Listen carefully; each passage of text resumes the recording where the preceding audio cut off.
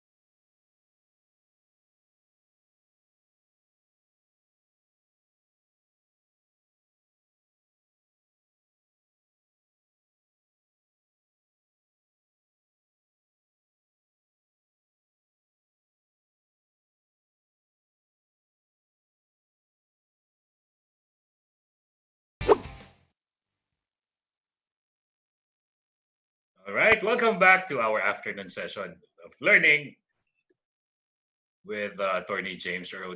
Grabe. As in, nataranta talaga ako, Attorney James. Ha? And I'm just now checking my credit cards and other cards. They're all intact, thank God. Now, for all of you who felt the same way, and I know you also rushed to your wallets and your personal belongings. So it only meant that Attorney James Earl Chu was very effective in informing us about what could possibly happen if we will not be personally aware of these hackers and the threats that they pose. So HR Virtual Summit Philippines 2020, thank you for attending and supporting us.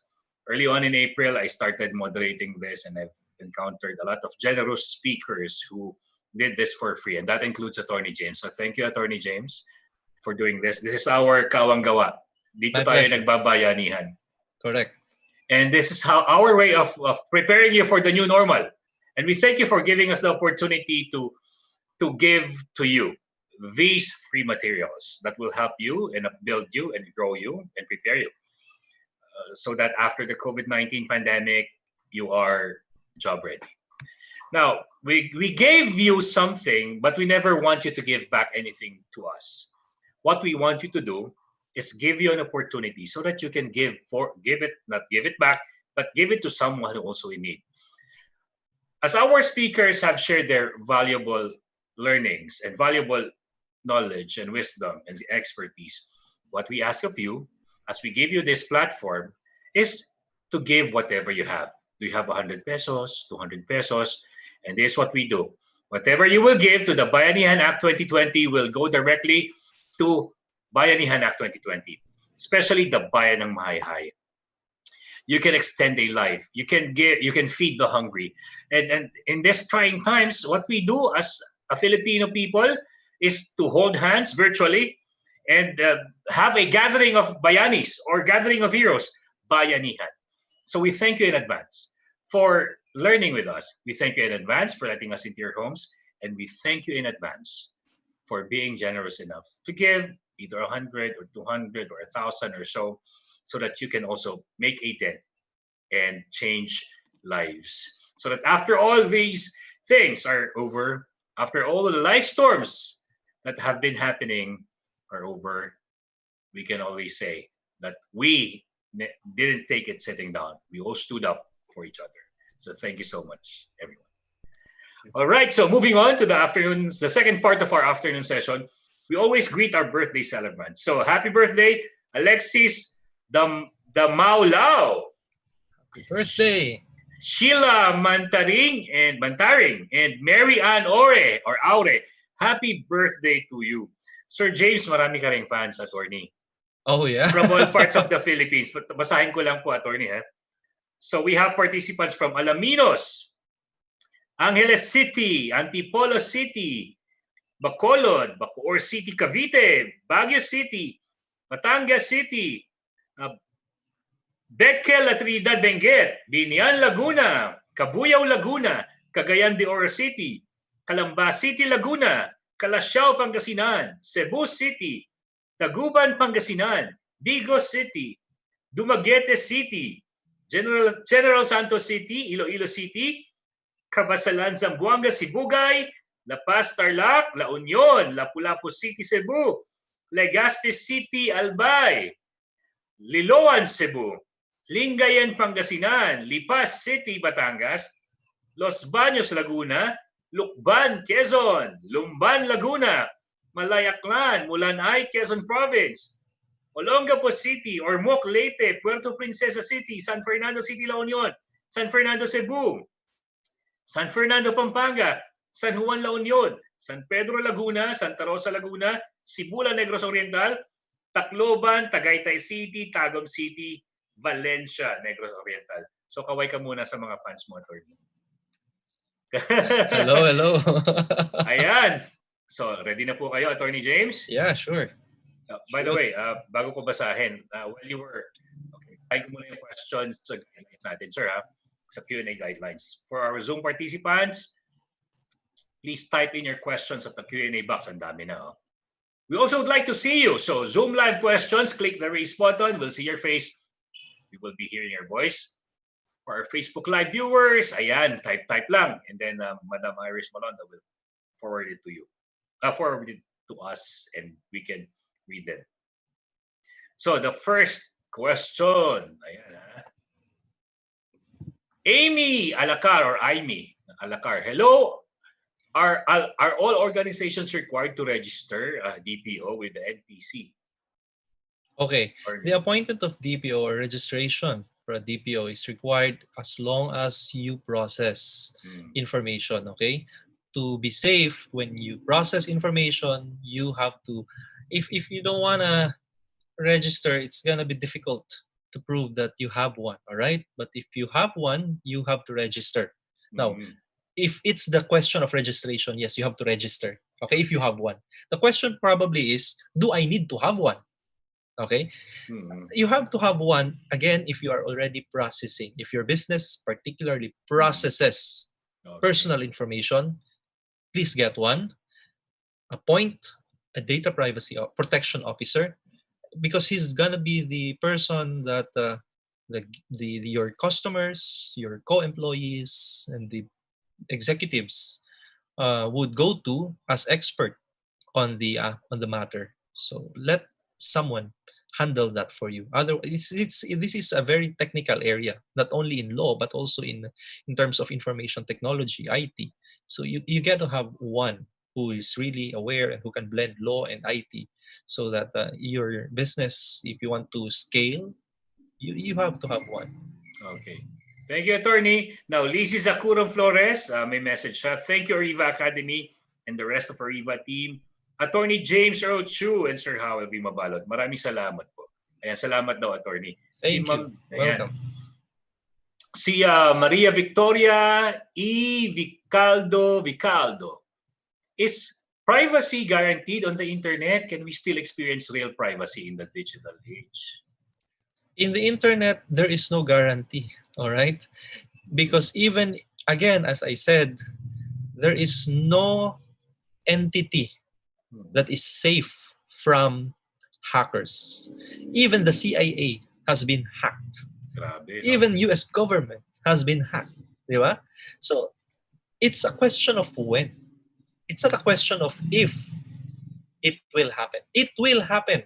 When will it happen? Depends. Maybe you can buy a lot of time if you constantly upgrade your processes, your information system, your data processing systems, to make sure that they are fit or suitable with the present challenges. Again, every now and then, Howell, alam mo ba yung in global intelligence, meron kasi tayong tinatawag na global threat intelligence on cybersecurity. Every day, every week, may bagong threats Okay? Yung para itong COVID no? Pero itong virus na ito, dahil tao ang may gawa, tao rin yung nagtitweak. Kung ano man yung gamot mo doon sa virus na yan noon, bukas pwede niyang baguhin lang agad, iba na naman yan. Okay? So it's a fast moving target. So you must always be up to date in terms of cybersecurity. So there is no guarantee of privacy. Will it ever happen in the internet in the near? Well, I don't think it's gonna be in my lifetime. I don't think so. There is always a risk, and it's managing that risk that is what we have to do as individuals, as companies, because we collect information from people. It is our obligation that we protect the information we collect from them. But as individuals, we also have the obligation to make sure that we are responsible in giving that information to an entity. Thank you, Sir Attorney. So, grabe pati CIA inaatake. Yes, lahat. Grabe.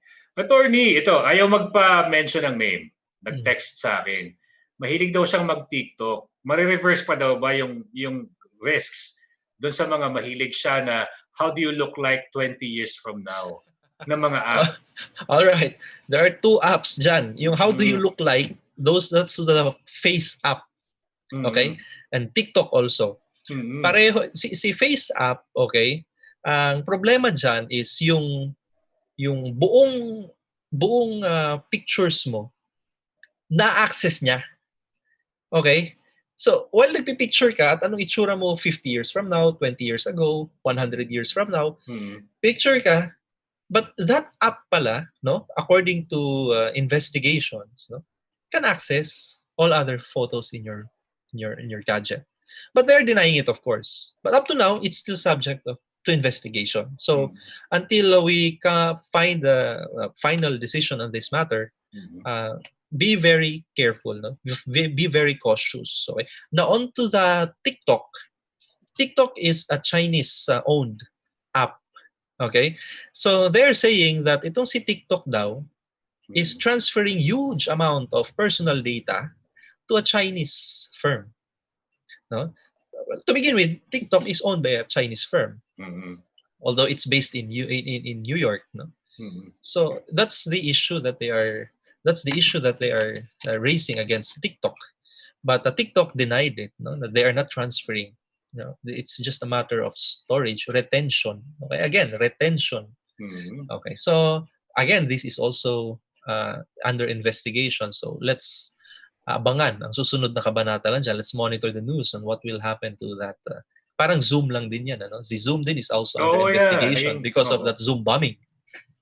Okay, although may ginawa na silang fixes, no? May ginawa na silang updates dito, but we have to still see what's next for that, no? But so far, Zoom so far, no, has already fixed that vulnerability. That's great. Thank you, Attorney. Attorney from Jingle Raffles, when and how to exercise the right to erasure of information? That's a personal decision on your part. Now, if you think that you do not need anymore the services of that company with which you have entrusted your personal information by any time, you can always call them and tell them, hey, I want my data deleted. I want my information in your company erased. And they are obliged to report back to you and tell you that they have already deleted it. Now, if you later on realize that your data is still there because you still receive some email or whatever information from them, then that means that they have not deleted. You present that letter you requested that they delete your information, and that new communication from them, submit it to NPC as as supporting a document to your complaint. Anytime, you can always ask anytime. It's a personal decision on your end. Thank you, sir. Now, we have someone from the Zoom webinar chat. I'm not sure kung gusto niya Anyway, I'm sure you can see it. Kasi delikado to. Ang sabi niya sa chat box, sir, ayoko lang basahin yung pangalan niya kasi it involves his company. Pero sabi niya, in our company, we have the capability to spy employees. Okay. As to what they are searching in web, what they send to whom, and what they upload in the cloud without their knowledge. And sometimes, personal files they send and upload. Hindi po ba ito invasion of privacy? Eh lalo na ngayon, yung mga kabataan, di ba? Hindi lang yung mukha ang sinisend nilang pictures. Magandang tanong yan. There is a case in the Philippines, but that case involved a government entity, no? Yung government-issued laptop or computer. Nagreklamo siya. Sabi niya, huwag niyong tingnan yan kasi may mga akin information dyan. Sabi ng Supreme Court, hindi sa'yo yan kasi yung pinaglagyan mo ay company, government property. So you have no right or you cannot expect privacy, no, from that. But in a European Union High Commission on Human Rights, no, na kaso, there is an employer na tinanggal niya sa trabaho ang kanyang empleyado dahil yung kanyang empleyado na nakitaan niya na yung official Yahoo Messenger ay ginagamit sa personal na chat at chat with a girlfriend. And that chat is sabi sa kaso nung kinasuhan niya yung employee niya, sabi niya, administrative case kita, papatanggal kita. Ang ebidensya ko ito, ginamit mo ang company Yahoo Messenger sa iyong personal chats with your girlfriends, and as evidence na personal yung pinag-usapan nyo, nag-usap kayo ng mga maduduming bagay, ng mga hindi maganda. Sabi, tanggal ka na. Sabi ng empleyado, sige, tanggal na ako pero kita tayo sa korte. See you in court because you violated my privacy when you look into my private chats. Anong sabi ng European Union High Commission on Human Rights?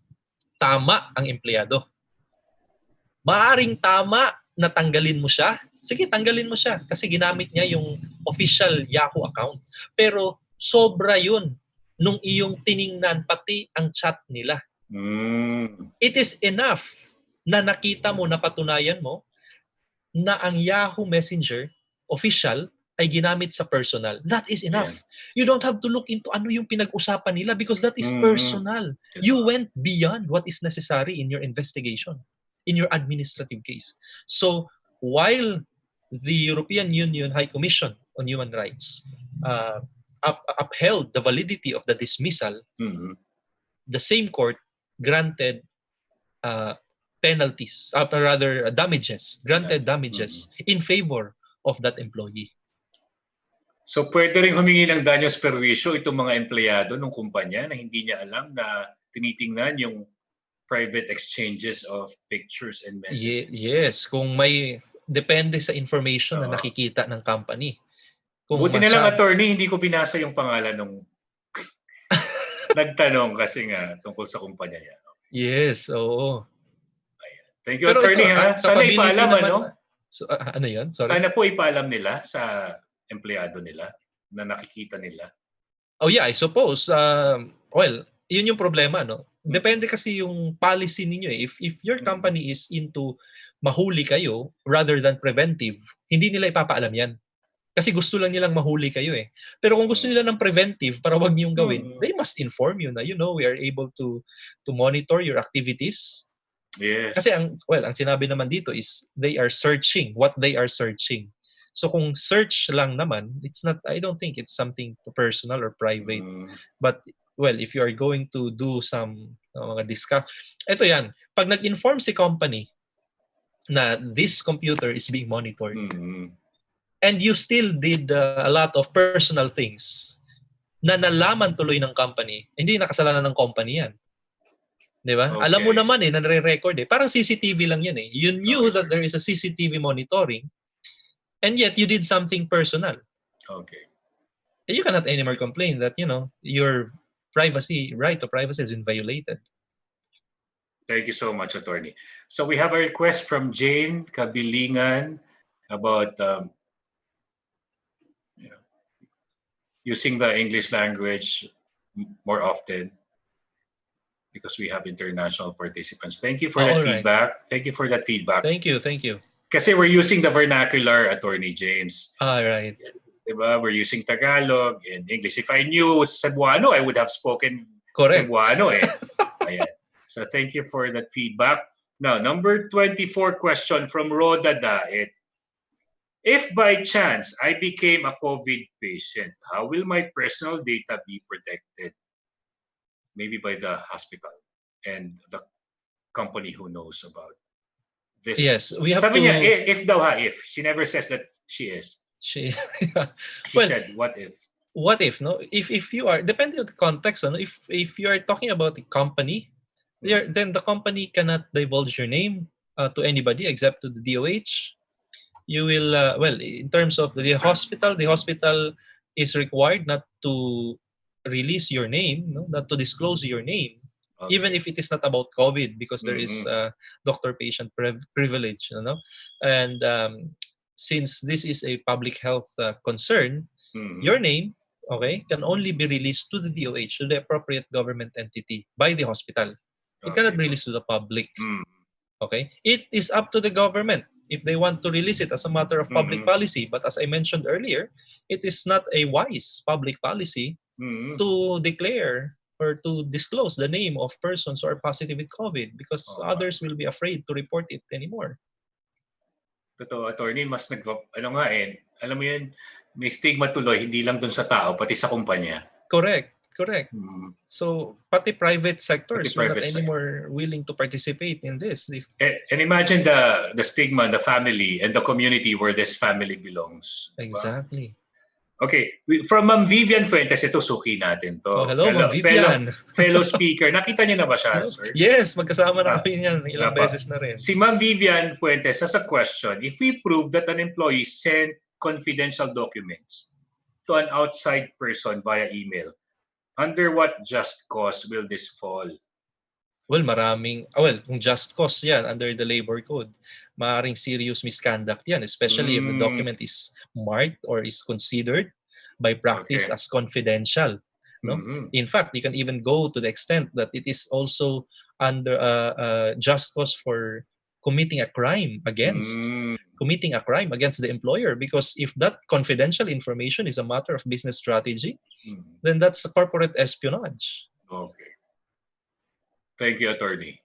Now, from Rommel Cyril VU, any ideas or recommendation about software or security appliance that can prevent data breach or cybersecurity attacks? Oh yes, we have plenty of cybersecurity mga providers. No, well, if you have we have to consider your data processing system. It is the system that collects, where you store, where you process the personal information of your customers. There is what you call vulnerability assessment and penetration test. That's what you have to do first. No, if you have a system already, you have to do a VAPT. That VAPT can be performed by external, or if you can purchase a system, a tool for that, you can also do that internally. But it's advised. No? It's a third party independent would do it. There's also a security operations center, no, that provides for your monitoring of threats. Kasi if you have a system, that system is constantly being attacked, and you don't know that you have been attacked until you have been damaged. You'll never know that you have already been a virus, a hacker has already infiltrated your system until you cannot anymore function properly. Your system cannot anymore function. So it's very difficult, no? That's why there is a risk monitoring services provided by a lot of companies, local, international. Marami yan sila dito sa Philippines. Thank you, attorney. Do you have a suggested brand to install in our laptop? Ito siguro personal na tao to. Depende sa threat eh. Depende sa threat na ano bang iniiwasan mo na threat, no? There are a lot, no? Again, sa personal laptop. You said about the malware. You said about malware, maraming anti-malware na ano. No? Thank you, Attorney. Anonymous attendee, are tourism and hotel establishments allowed to collect travel and medical history of Yes. guests? Okay. Again, if it is in the context of COVID, yes. Yes, Again, in the context of COVID. Yes, they are allowed for as long as the information collected is necessary, within the bounds, necessary for monitoring the pandemic. Liable ba, attorney, yung maglalay about their travel history and health conditions? The reporting, the law on reporting of communicable diseases requires people, individuals, everyone here in the Philippines to honestly report it. No? Hindi ka pwedeng magsinungaling dyan. True. So yes, you have to declare truthfully because it is not under the data privacy law anymore, but it is under a separate law, the law on the reporting, mandatory reporting of communicable diseases. I agree, attorney. Kasi I have friends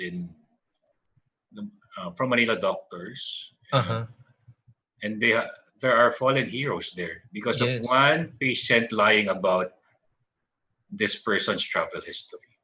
Correct. Ang namatay yung doktor. Kawawa frontliners. So that's true. So let's not do that. Avoid lying. Anyway, hindi naman yan that's why it's important that we protect the privacy, the data of patients, because otherwise patients will have to lie kasi takot sila. So please don't be afraid to tell the truth because that truth will never go out. Okay? It will be between you and the frontliners.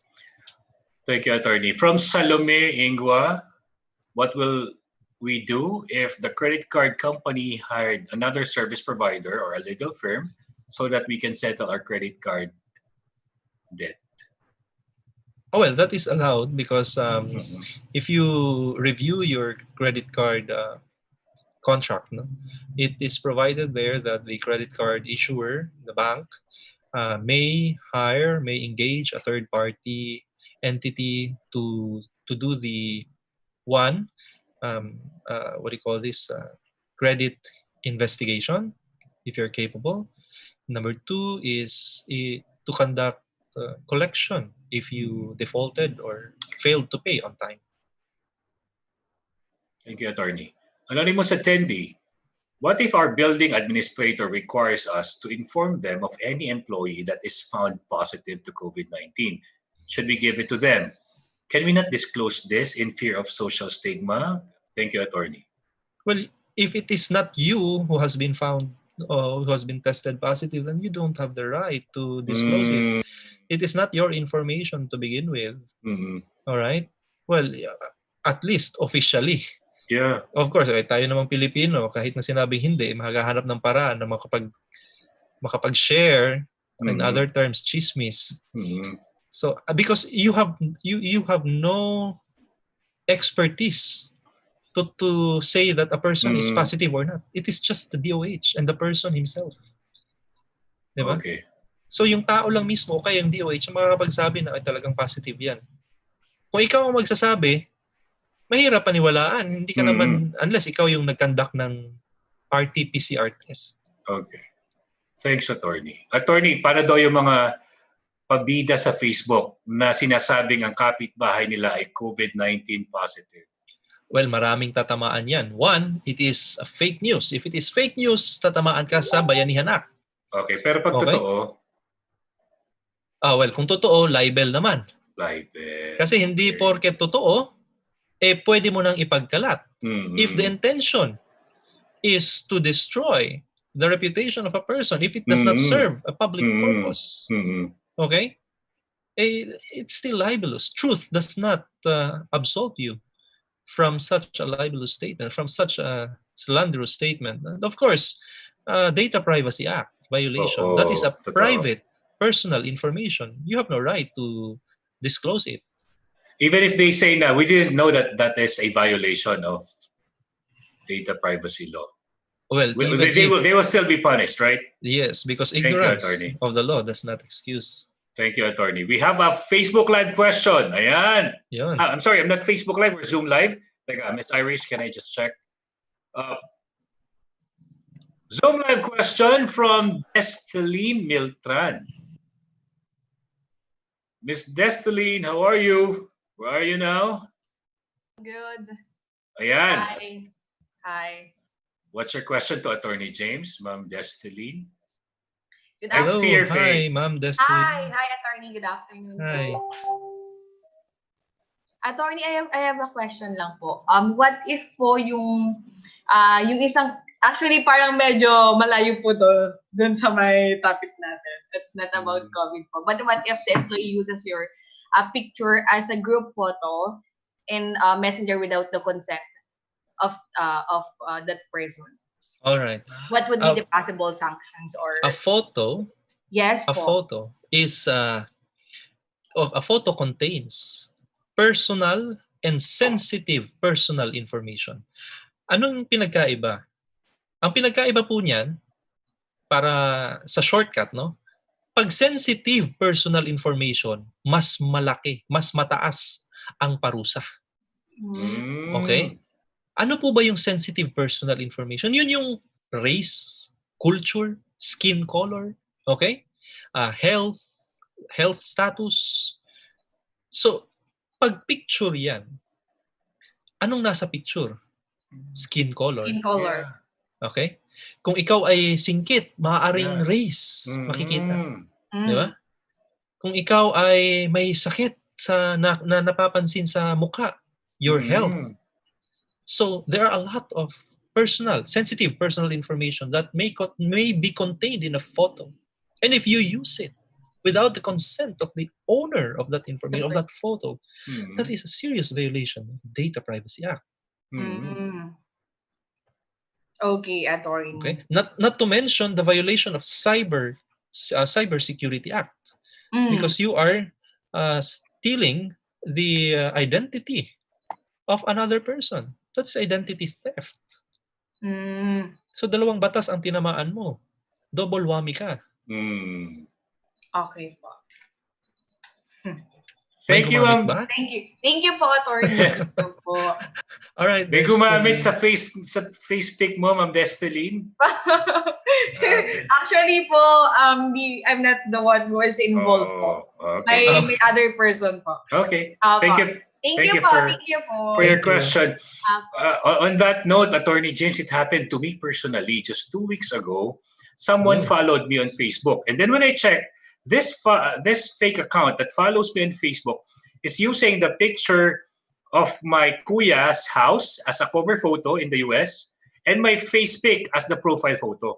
I reported it to Facebook and I asked my friends to report this. I also wrote I wrote a message via Messenger respectfully trying to ask this person to put it down or take it down. Eventually, after 2 weeks, FB took it down. That's the most prudent thing to do, no? Because right now, no, especially in the context of Philippine justice system, it's very difficult to prosecute someone who has violated your rights through online means. Kasi the evidence is just difficult to gather. You have to check kung sino talaga yung gumamit ng account na yan. Yes. You'll never know, no? Because mahirap nasa kabilang mundo na siguro yan. Yeah.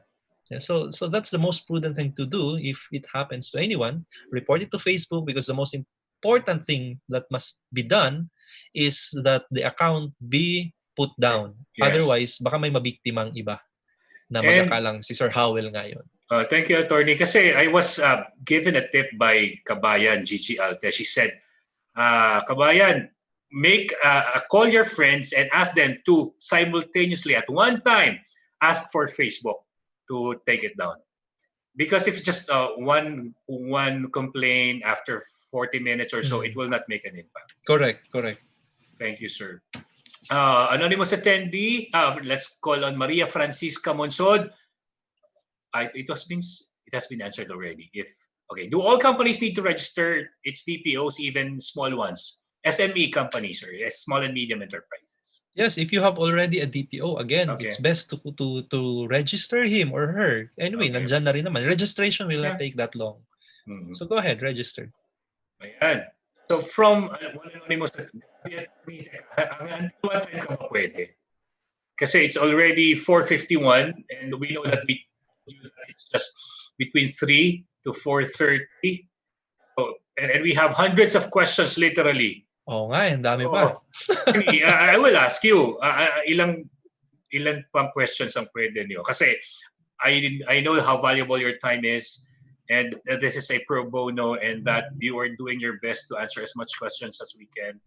So I'm asking you, 9 minutes, kaya pa ba, attorney? Yeah, sure. Sige, let's sagad na natin hanggang 5, no? O sige, actually, sir, by 5, dapat tapos na po tayo. Alright, sa inyo, sir? Sure. Sige, attorney, we have a retail store from an anonymous attendee where customers come in and out. Our management is thinking of having a logbook with customers' name, contact numbers, time of entry, temperature.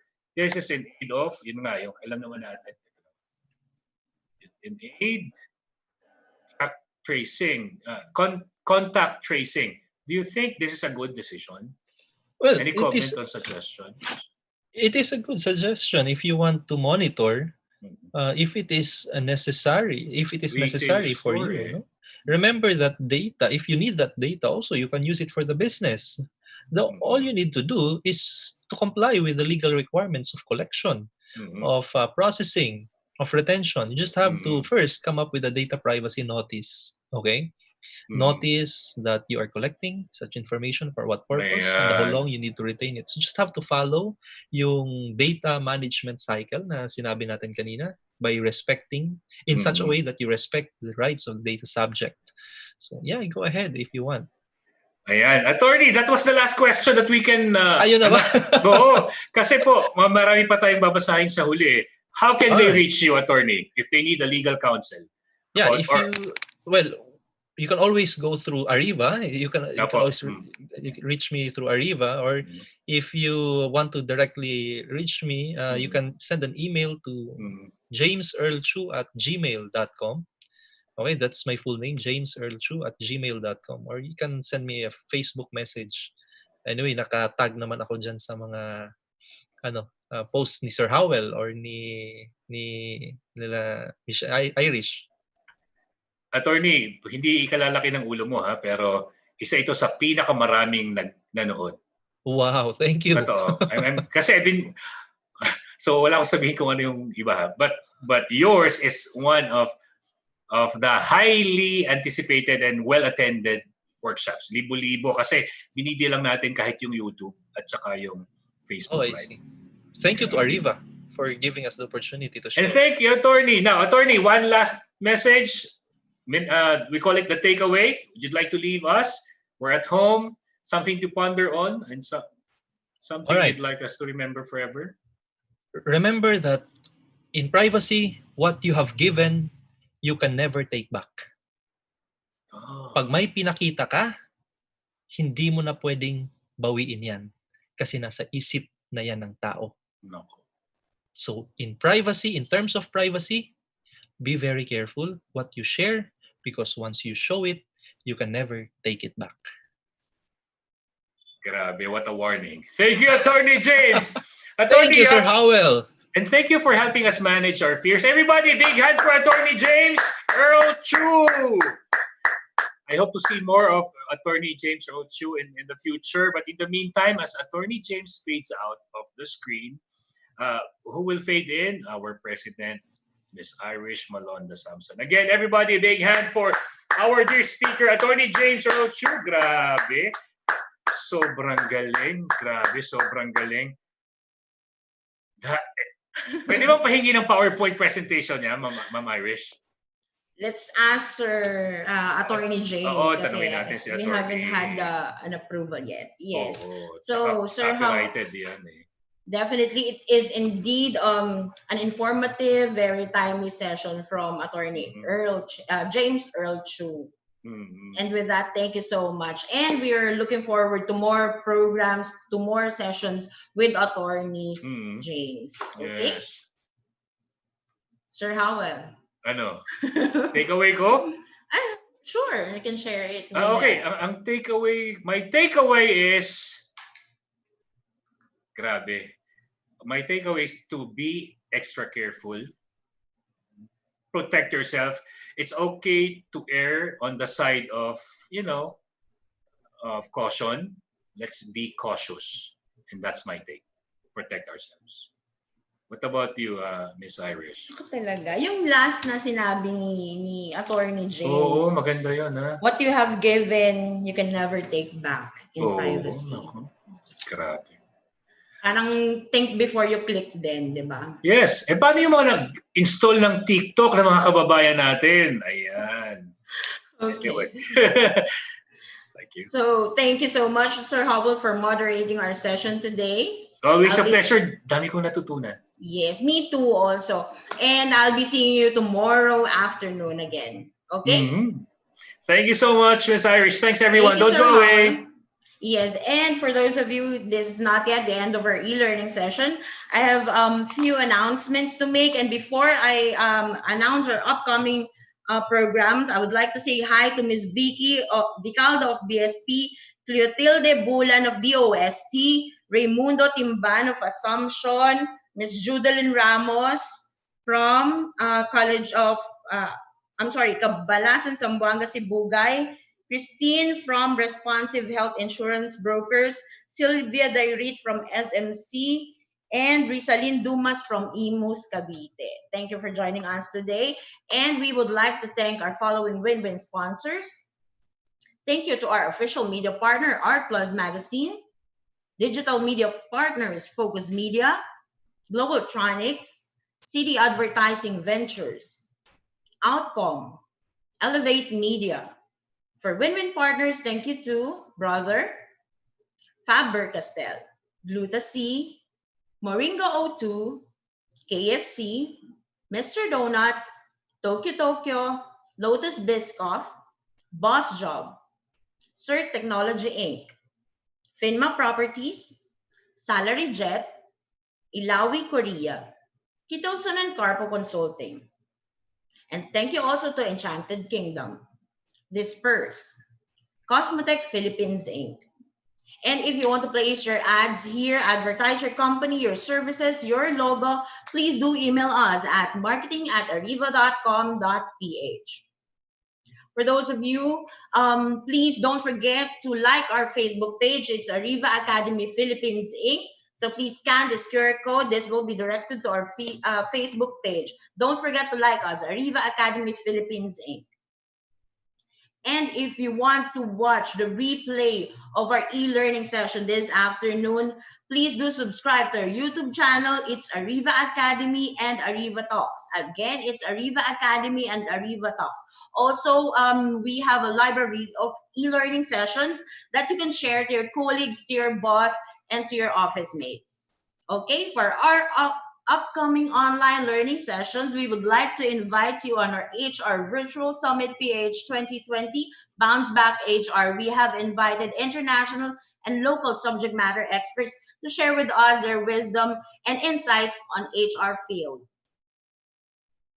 This will be tomorrow, Tuesday, May 12. We will be having COVID-19 Google and You, boosting your productivity using Google tools. This is very timely.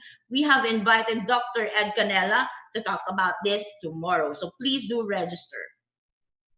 Another live webinar series for us, because we have invited none other than Dr. Rick Goodman to talk about solutions-oriented leadership, how to survive, thrive during this crisis. This will be Wednesday, May 13. Another live webinar series, we will be having Professor Ricky De Vera. He will be discussing rethinking customer intimacy strategies during the pandemic. This will be on Wednesday in the afternoon, May 13.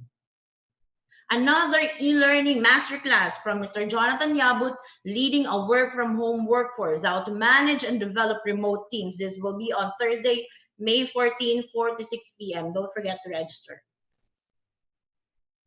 Another live webinar series for our cause, we have invited Mr. Paul Larson from the United States, and he will be discussing Find Your Voice of Resiliency so that you lead with confidence. For details, please do visit our website. It's www.ariva.com.ph. Another session of e-learning, reinventing yourself in time of quarantine, learn, improve, and pivot. This will be on Monday, May 18th, 3 to 4:30 p.m. And we have invited again Mrs. Seth Shapno. Post-COVID-19, survive, thrive, and scale. This will be on May 19 and will be discussed by none other than Mr. Vishnu Anaparedi from Malaysia.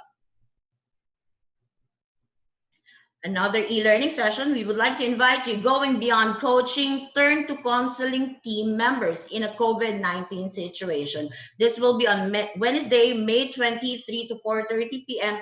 and this will be discussed by Professor Ricky De Vera.